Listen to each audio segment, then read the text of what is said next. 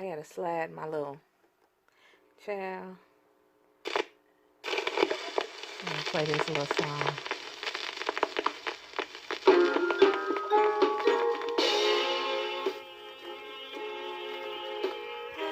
Got my little old school vibe going. Because how I turn this camera around?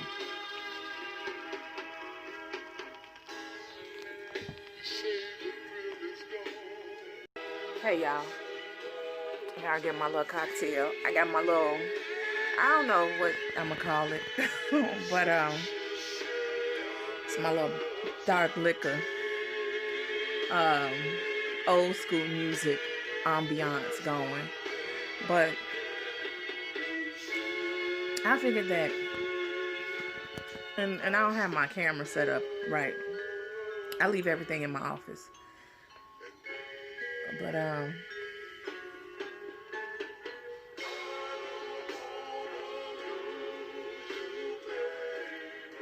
it's just some old school music. A slight vibe.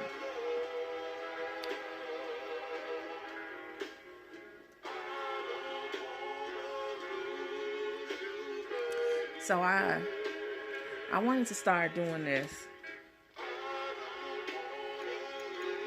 This is good. It's Russell's bourbon, and it is simple syrup, lemon juice, and I put a little bit of coconut water in it. I shook it with some ice and poured it in my glass. Grabbed a straw. But that's a jam right now. But I wanted to start this.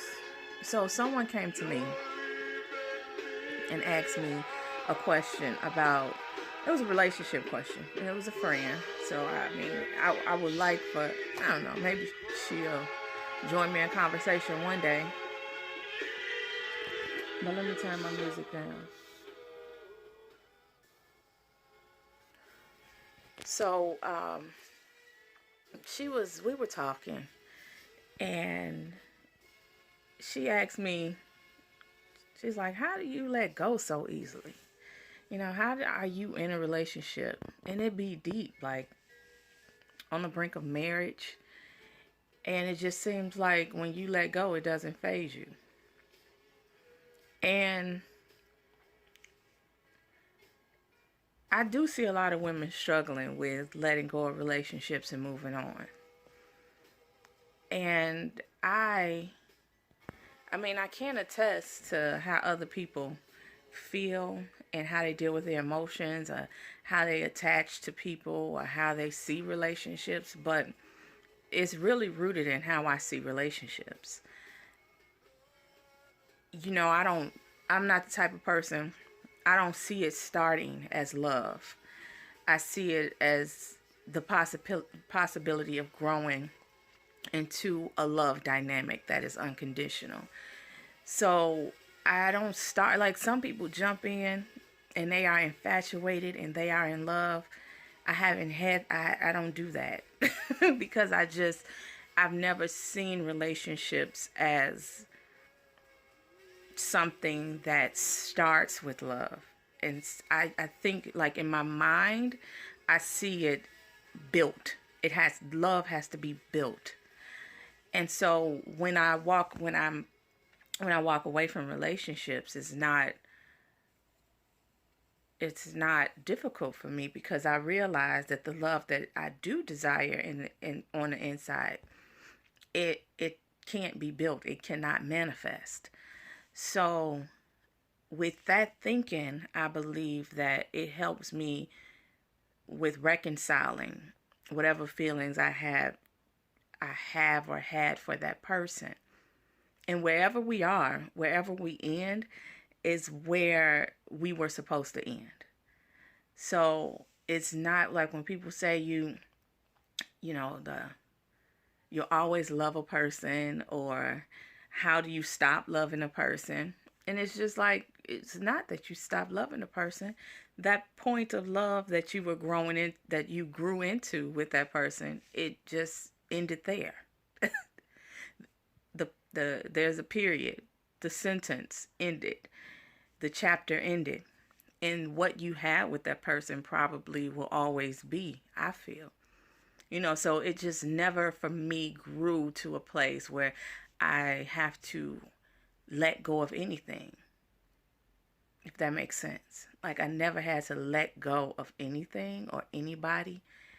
I had to accept where that relationship was, and I had to move on with my life from that point. Does that make sense? Like, I feel like it's so clear, and I feel like it makes so much sense. But for some people, and marriage was the desire, family was the desire, but that didn't happen. And it's nobody's fault. That's how I look at it. It's not my fault, not his fault.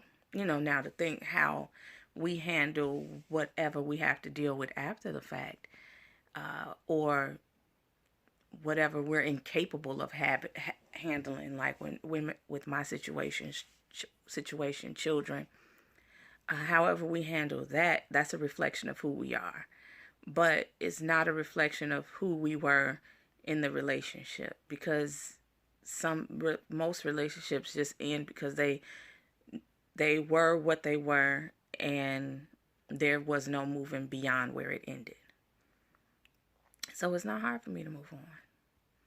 It's not hard for me to look at a situation and say, okay, that's it, But I'm not diminishing the fact that it does take courage for people to walk away from, the hopes and dreams that they had. And it included a person that they felt that they loved. I'm not diminishing, the difficulties that come along with walking away from them. But for me to answer that question, it's just like it's where it ended. And for me to continue to dwell on something that was supposed to end would make a lot of sense. For me to continue on in life and to continue to find, what's for me. Whether it's marriage or being single. I'm okay with either. Either one I'm fine with. And so I just want, like, people that's struggling with that to kind of just shift how you think about it, maybe. I don't know if the circumstances are, and we as women, I think we have to be real. We have to be real honest about why we're with a person, and and real honest with ourselves about what we were expecting from that person. And if they were showing that, if that's what they were giving us. Because we fight for a lot. We fight for things that haven't manifested, that the person has not manifested or have not shown to be. Maybe through their words, but, not through their actions. And so we have to, a lot of times, I believe, be honest with ourselves about what we're dealing with. Sometimes we're not.